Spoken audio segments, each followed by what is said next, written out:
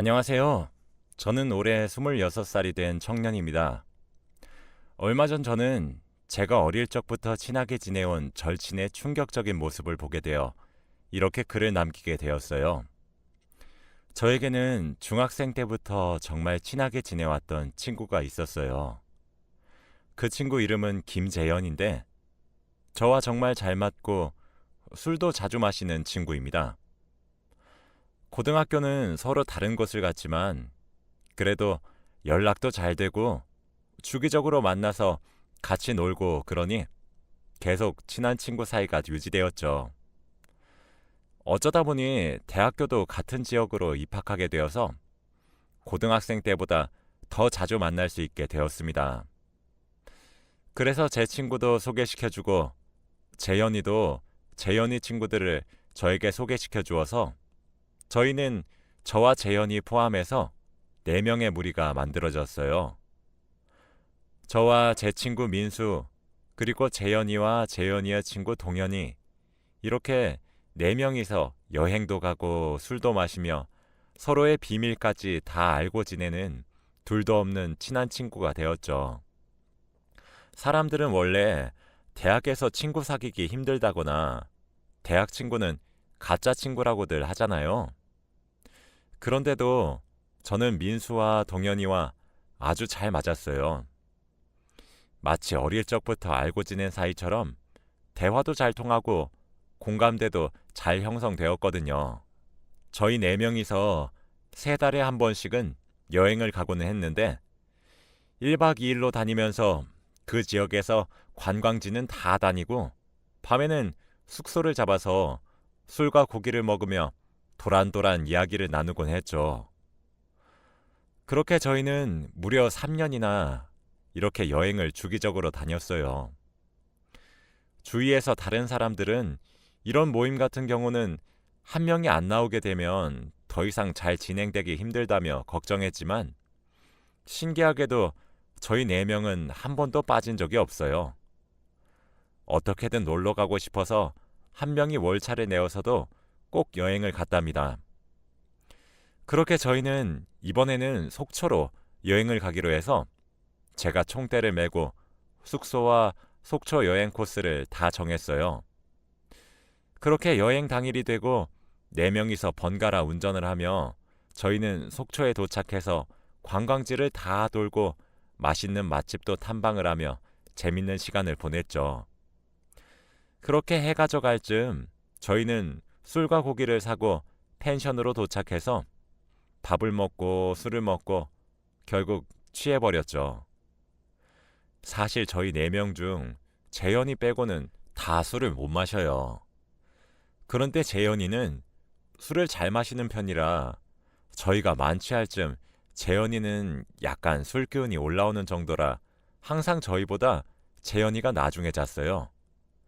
그래서 그날도 그렇게 저와 민수, 동현이가 술에 만취해서 잠에 들었고 저는 술에 취하면 기억을 잃는 편이라 다음날 아침에 일어나서 무슨 일이 있었는지 전혀 몰랐죠. 항상 저희는 술을 먹으면 재현이가 저희가 술 먹고 무슨 짓을 했는지 설명을 해주었기 때문에 재현이가 저희 모임에서 없다면 아무도 저희를 케어해 줄 사람이 없었기 때문에 아주 중요한 인물이었답니다. 그렇게 잠에서 깨고 저희는 짐을 챙기고 펜션을 나와 각자의 집으로 향했어요. 저희 4명은 아직 아무도 결혼을 한 사람이 없기 때문에 다 자취생이기도 하고 집도 근처라서 항상 여행을 갔다가 마무리로 동네에서 저희 단골 가게인 국밥집에서 해장을 하고 집으로 갑니다. 그런데 항상 갔던 국밥집을 갑자기 민수가 가지 않고 자기는 바로 집으로 가고 싶다며 저희 셋이서만 먹고 가라고 하더라고요. 얘들아, 미안. 나 못 먹겠다. 어제 술을 너무 많이 마셔서 속이 안 좋아. 너희끼리만 먹고 들어가야겠다. 미안해. 저희는 술 때문에 속이 안 좋으면 해장을 해야 한다고 했지만 민수는 끝까지 거절하고 집으로 향했죠. 처음에는 민수의 태도가 의아했지만 국밥을 보니 민수는 까맣게 잊어버렸고 맛있게 먹은 후 각자 집으로 향했어요.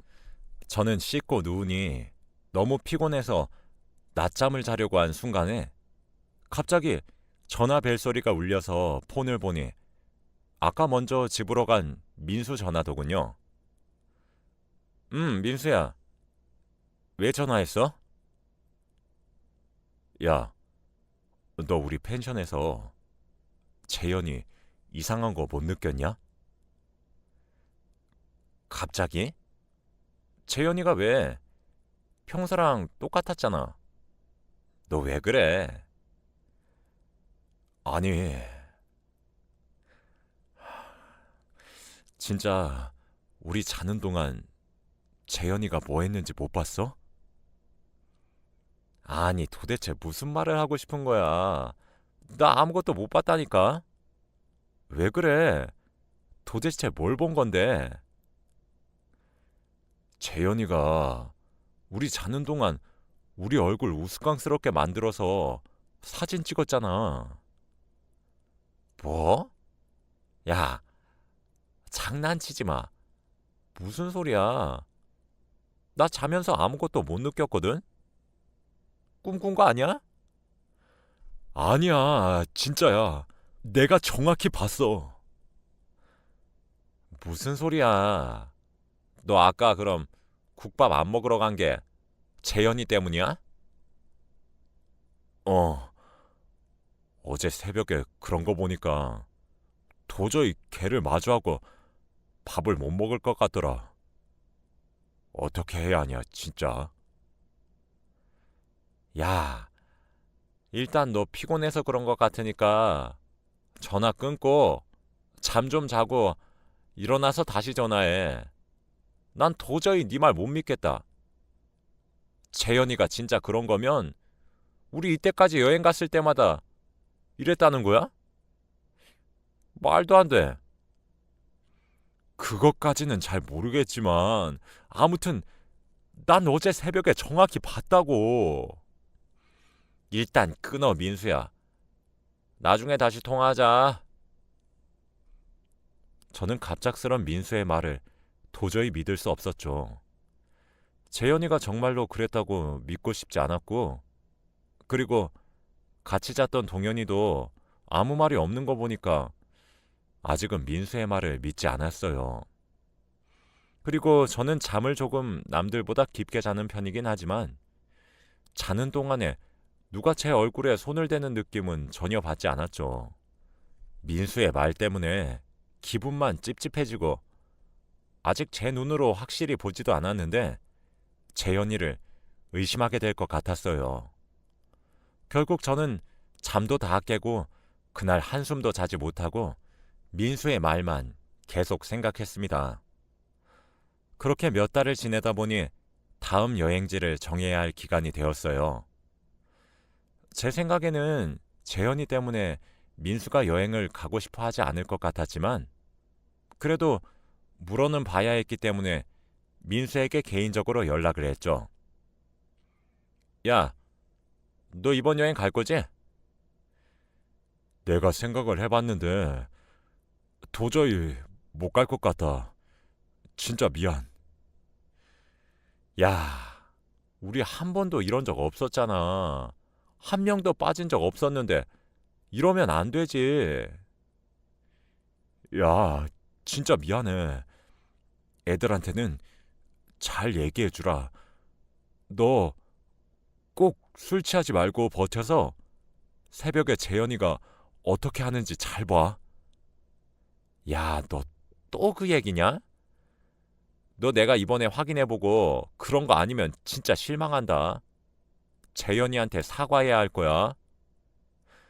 제 말에 민수는 알겠다고 대답을 했고 결국 저희는 처음으로 민수를 빼고 3명이서 여행을 가기로 했죠. 매번 4명이서 여행을 가서 그런지 한 명이 빠지니까 흥도 잘 안 오르고 민수의 빈자리가 너무 크게 느껴졌죠.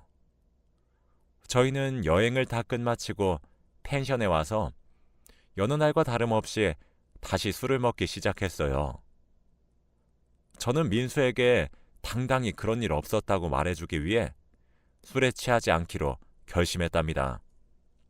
그래서 평소보다 술을 먹는 양을 반으로 줄이고 안주 위주로 먹으면서 재현이와 동현이한테는 배가 불러서 술은 더 이상 못 먹겠다고 했죠. 그렇게 동현이만 잔뜩 취하고 저는 약간 기분이 좋을 정도까지만 마셨답니다. 당연히 재현이는 술에 취하지 않았어요.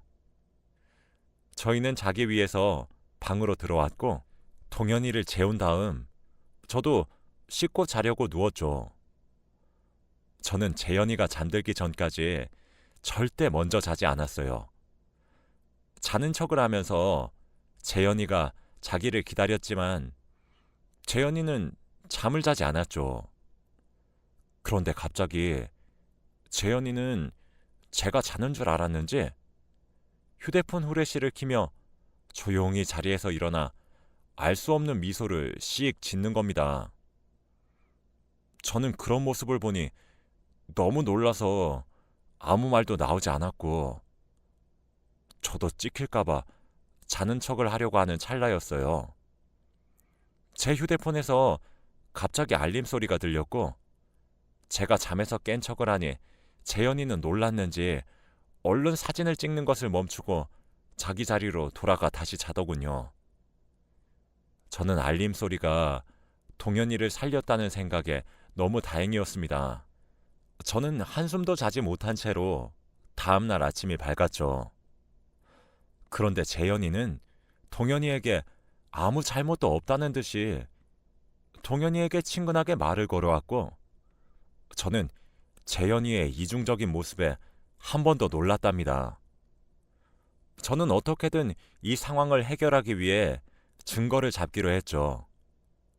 재현이 몰래 재현이의 휴대폰 속 갤러리를 보니 새벽에 찍은 사진은 전혀 없었고 아무런 증거가 없었어요.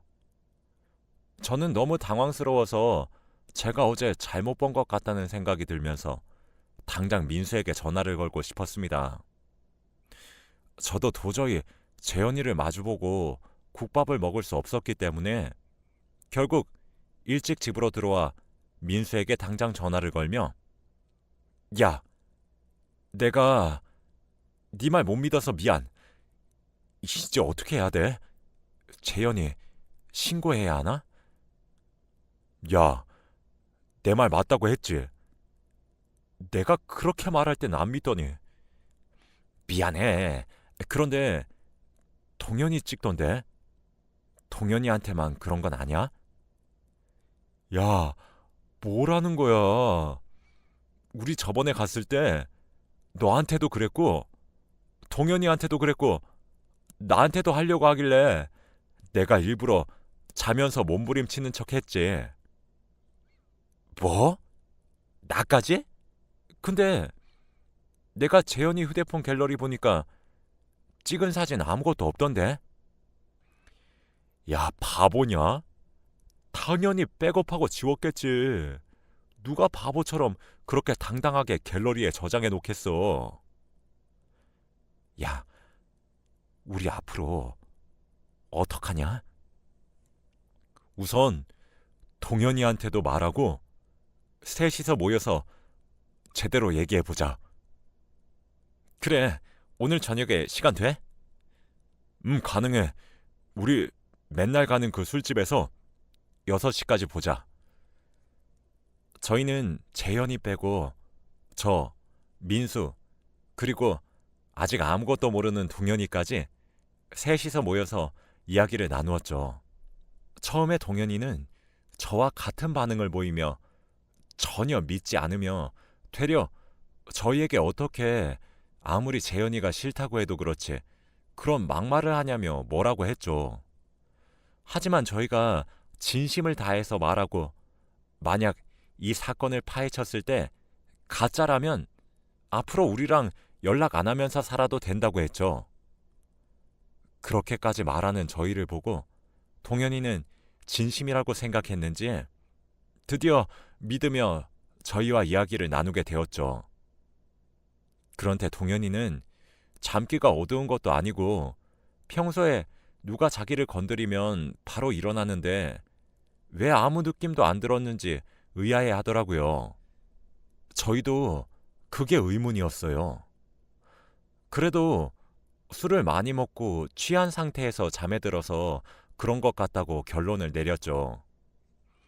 저희는 이야기 나눈 끝에 그래도 이건 범죄라고 생각해서 우선 신고하기 전에 재현이의 말도 들어봐야 한다고 생각해서 그 술집으로 재현이를 불렀어요.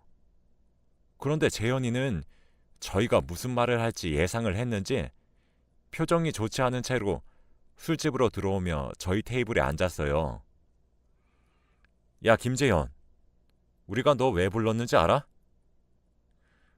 무슨 일인데? 너 지금이라도 솔직히 말할 기회를 줄게. 너 우리한테 잘못하는 거 없어? 얘들아, 도대체 무슨 말을 하는 거야? 좀 알아듣게 말해봐. 야, 김재현, 너 진짜 이렇게까지 할래? 기어코 우리 입으로 말하게 하는구나. 민수가 이렇게 말하고 나니 재현이의 표정이 바뀌었죠. 얘들아, 나 절대 아니야. 갑자기 왜 그래? 누가 그래? 내가 그랬다고. 우리가 이 두 눈으로 똑똑히 봤어. 그러니까 거짓말할 생각하지 마. 얘들아, 증거 있냐?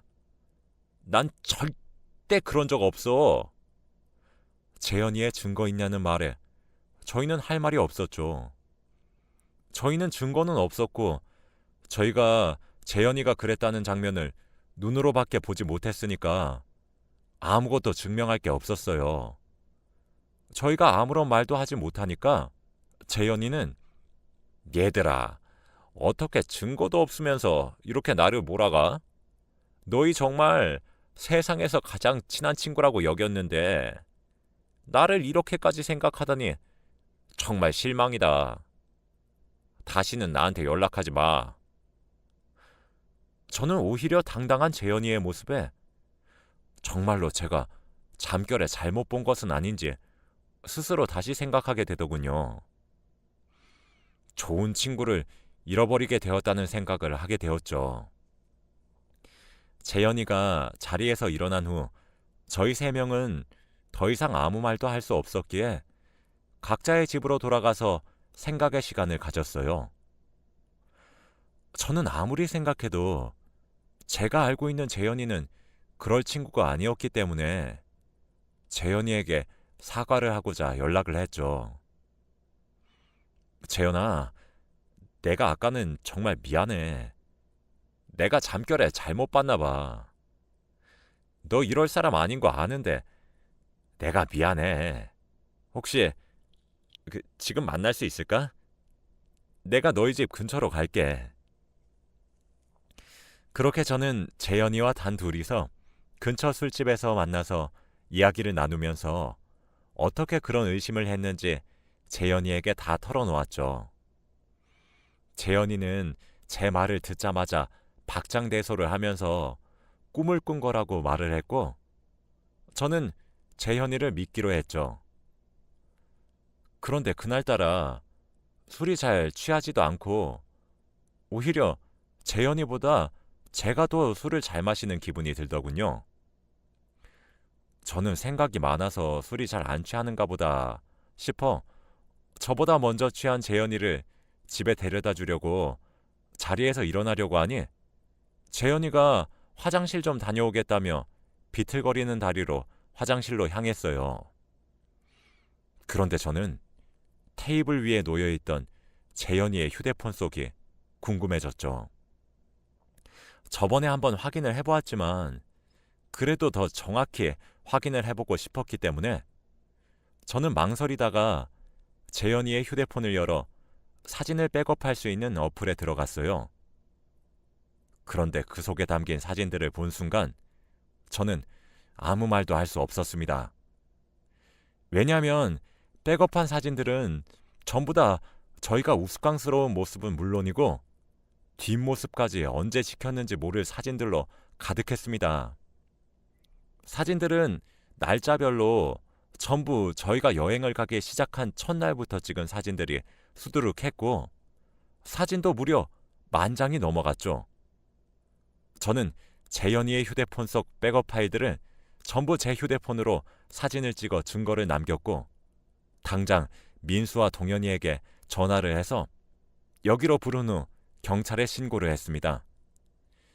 민수와 동현이는 제 증거물을 본 순간 다들 경악을 금치 못했고 동현이는 사진을 보자마자 속이 쓰리다며 화장실로 달려갔고 민수는 화가 잔뜩 나서 경찰서에 있는 의자들을 집어 던지려고 하길래 제가 겨우 막았습니다. 그렇게 신고를 하고 집으로 돌아와 저는 중학생 때부터 친하게 지냈던 재현이가 이런 행동을 저지를지 전혀 상상도 못했고 저희가 물어봤을 때 왜 아니라고 잡아댔는지 이해가 되지 않았죠. 그때 재현이의 표정은 너무나 당당했고 잘못이 없는 눈빛이었거든요. 그런데 며칠 뒤에 경찰서에서 연락이 와서 달려가 보니 재현이가 경찰들 앞에 앉아서 조사를 받고 있더군요. 그리고 거기서 저는 또 하나의 충격적인 진실을 알게 되었습니다. 저희가 지금까지 재현이보다 항상 술이 먼저 취했던 것은 저희가 술에 약해서가 아니라 재현이가 저희에게 자기가 마시는 술보다 높은 도수의 술을 주고 있었던 것이었어요. 제가 재현이와 단둘이 만났을 때 취하지 않았던 이유는 그날 딱 하루 재현이가 마시던 술과 같은 도수의 술을 마셨기 때문이었죠.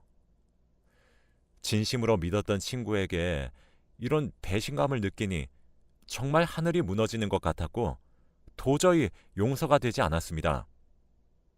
그래서 의자에 앉아있는 재현이의 멱살을 잡고 마구 흔들며 주먹으로 얼굴을 때리려고 손을 높이 들었어요. 재현이가 제 눈도 못 마주치고 아무 말도 하지 않은 채 그저 미안하다고 사과를 했죠.